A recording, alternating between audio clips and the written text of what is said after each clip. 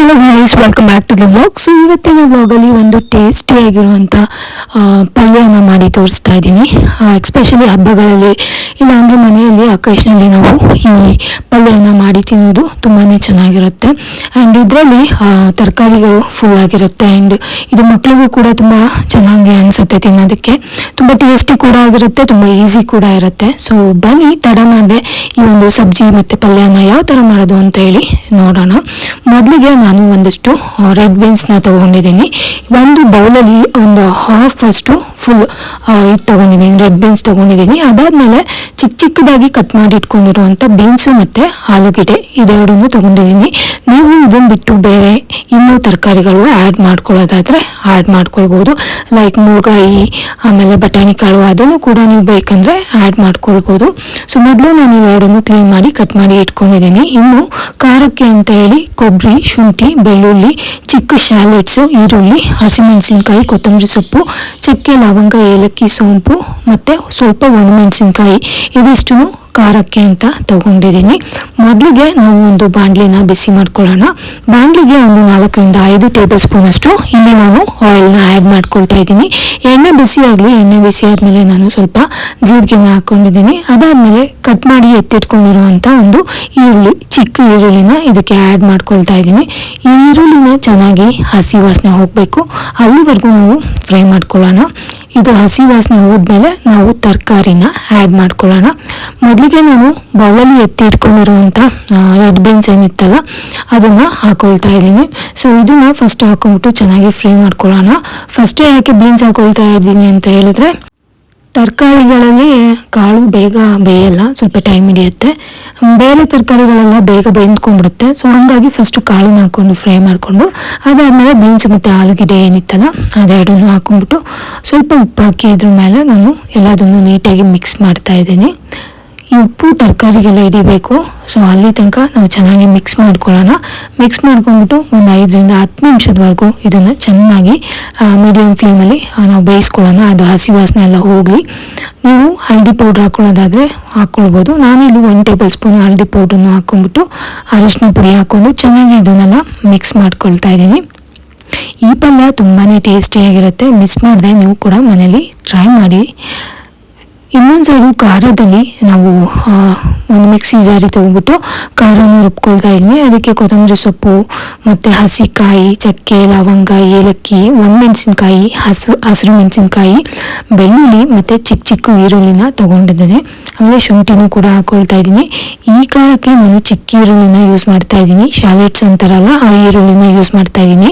ಅದರಿಂದಾಗಿ ಖಾರ ತುಂಬಾ ಟೇಸ್ಟಿಯಾಗಿ ಬರುತ್ತೆ. ಪಲ್ಯನೂ ಕೂಡ ಅದರ ರುಚಿ ಕೂಡ ತುಂಬಾ ಟೇಸ್ಟಿಯಾಗಿ ಬರುತ್ತೆ. ಸೊ ಇದೆಲ್ಲ ಹಾಕಿ ಆದಮೇಲೆ ನಾನು ಇದಕ್ಕೆ 1 ಟೇಬಲ್ ಸ್ಪೂನ್ ಅಷ್ಟು ಧನಿಯಾ ಪೌಡ್ರನ್ನ ಹಾಕ್ಕೊಳ್ತಾ ಇದ್ದೀನಿ. ಸೊ 1 ಇಲ್ಲ 2 ಟೇಬಲ್ ಸ್ಪೂನ್ ಅಷ್ಟು ಧನಿಯಾ ಪೌಡ್ರ್ ಹಾಕ್ಕೊಬಿಟ್ಟು ಸ್ವಲ್ಪ ನೀರು ಹಾಕ್ಕೊಳ್ಳಿ. ನಿಮಗೆ ಎಷ್ಟು ಬೇಕಷ್ಟು ನೀರು ಹಾಕ್ಕೊಬಿಟ್ಟು ಖಾರನ ನುಣ್ಣಗೆ ನಾವು ರುಬ್ಕೊಳ್ಬೇಕಾಗತ್ತೆ. ಖಾರ ರೆಡಿಯಾಗೋಷ್ಟರಲ್ಲಿ ತರಕಾರಿ ಕೂಡ ಬೆಂದಿರುತ್ತೆ. ಈ ಸೈಡಲ್ಲಿ ತರಕಾರಿ ಕೂಡ ಒಂದಕ್ಕೆ ಬೆಂದಿತ್ತು. ಸ್ಟೀಮಲ್ಲೇ ಬೆಂದ್ಬಿಡುತ್ತೆ, ನೀರು ಹಾಕೊಳ್ಳೋ ಅಂಥ ಅವಶ್ಯಕತೆ ಏನಿಲ್ಲ. ಮೇಕ್ ಶೂರ್ ತಳ ಹಿಡಿಲಿಲ್ದಂಗೆ ಅವಾಗವಾಗ ನೀವು ನೋಡಿಕೊಂಡು ತಿರುಗಿಸ್ಕೊಳ್ತಾ ಇರಬೇಕು.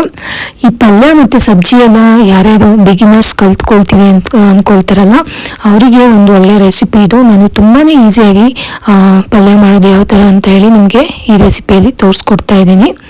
ಇನ್ನು ತರಕಾರಿ ಎಲ್ಲ ಸ್ವಲ್ಪ ಬೆಂದಾದ್ಮೇಲೆ ನಾವು ಖಾರ ಏನು ರುಬ್ಬಿಟ್ಕೊಂಡಿದ್ವಲ್ಲ ಈ ಖಾರನ ನಾನು ಈ ಸಬ್ಜಿಗೆ ಸೇರಿಸ್ಕೊಳ್ತಾ ಇದ್ದೀನಿ. ಖಾರ ಸ್ವಲ್ಪ ಗಟ್ಟಿಯಾಗಿ ಬಂದಿದೆ, ಆಮೇಲೆ ಜಾಸ್ತಿ ಪ್ರಮಾಣದಲ್ಲಿ ಕೂಡ ಬಂದಿದೆ. ಸೊ ಹಾಗಾಗಿ ಪಲ್ಯದ ಕನ್ಸಿಸ್ಟೆನ್ಸಿ ಕೂಡ ಗಟ್ಟಿಯಾಗಿ ಬರುತ್ತೆ. ನೀವು ನೀರು ಎಷ್ಟು ಬೇಕೋ ಅಷ್ಟನ್ನು ನೋಡ್ಬಿಟ್ಟು ಹಾಕ್ಕೊಳ್ಬೋದು. ಇನ್ನು ಮಿಕ್ಸಿ ಜಾರಲ್ಲಿ ಮತ್ತು ಕ್ಯಾಪಲ್ಲಿ ಎಲ್ಲ ಏನೇನು ಖಾರ ಉಳಿದಿರುತ್ತಲ್ಲ ಅದನ್ನು ವೇಸ್ಟ್ ಮಾಡಲಿಲ್ದಂಗೆ ಅದಕ್ಕೂ ನೀರು ಹಾಕ್ಕೊಂಬಿಟ್ಟು ನೀಟಾಗಿ ಎಲ್ಲದನ್ನು ತೊಳ್ಕೊಂಬಿಟ್ಟು ನೀವು ಈ ಸಬ್ಜಿಗೆ ಹಾಕ್ಕೊಳ್ಬೋದು.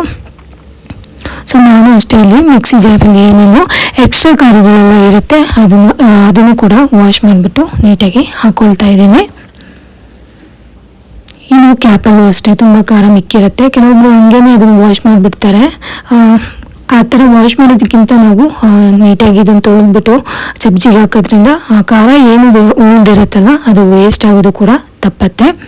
ಸೊ ಇದೆಲ್ಲದನ್ನು ನಾನು ಹಾಕ್ಬಿಟ್ಟು ನೀಟಾಗಿ ಒಂದ್ಸರಿ ಮಿಕ್ಸ್ ಮಾಡ್ಕೊಳ್ತೀನಿ.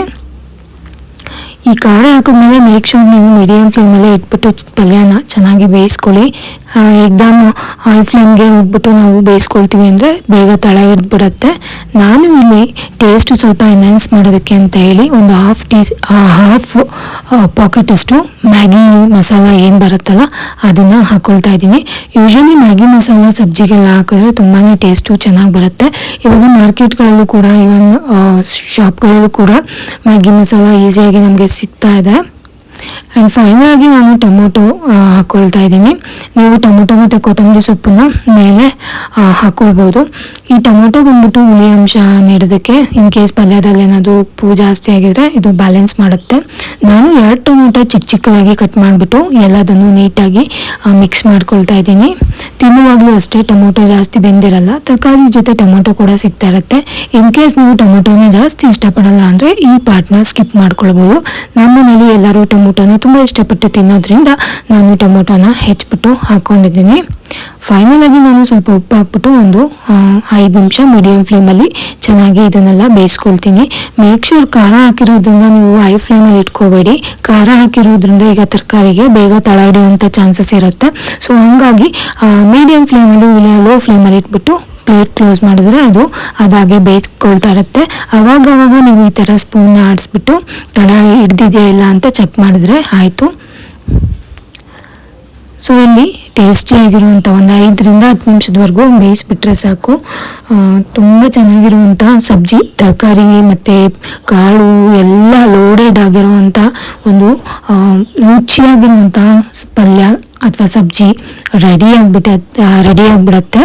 ತುಂಬ ಅಂದರೆ ತುಂಬ ಟೇಸ್ಟಿಯಾಗಿರುತ್ತೆ. ಎಕ್ಸ್ಪೆಷಲಿ ಅಕ್ಕಿ ರೊಟ್ಟಿಗೆ, ಚಪಾತಿಗೆ, ಈವನ್ ಪೂರಿಗೆ ಮತ್ತು ದೋಸೆಗೆ ಎಲ್ಲದಕ್ಕೂ ಇದು ಚೆನ್ನಾಗಿರುತ್ತೆ. ತುಂಬ ಅಂದರೆ ತುಂಬ ಟೇಸ್ಟಿಯಾಗಿರುತ್ತೆ. ನೀವು ಕೂಡ ಮನೆಯಲ್ಲಿ ಒಂದ್ಸರಿ ಟ್ರೈ ಮಾಡಿ ಆ್ಯಂಡ್ ಟೇಸ್ಟ್ ಹೆಂಗೆ ಬಂದಿತ್ತು ಅಂತ ಹೇಳಿ ನನಗೆ ಕಾಮೆಂಟ್ ಮಾಡಿ ತಿಳಿಸಿ. ನಿಮ್ಮ ಎಲ್ಲ ಕಾಮೆಂಟ್ಗಳನ್ನು ನನಗೆ ಓದೋದಕ್ಕೆ ತುಂಬ ಇಷ್ಟಪಡ್ತೀನಿ. ಯಾರೆಲ್ಲ ಸಬ್ಸ್ಕ್ರೈಬ್ ಆಗಿ ನನ್ನ ಚಾನಲ್ಗೆ ಸಪೋರ್ಟ್ ಮಾಡ್ತಾ ಇದ್ದೀರಾ ಅವರಿಗೆಲ್ಲ ತುಂಬ ಧನ್ಯವಾದಗಳು. ಮುಂದಿನ ಭಾಗದಲ್ಲಿ ಮತ್ತೆ ಸಿಗೋಣ. Thank you for watching.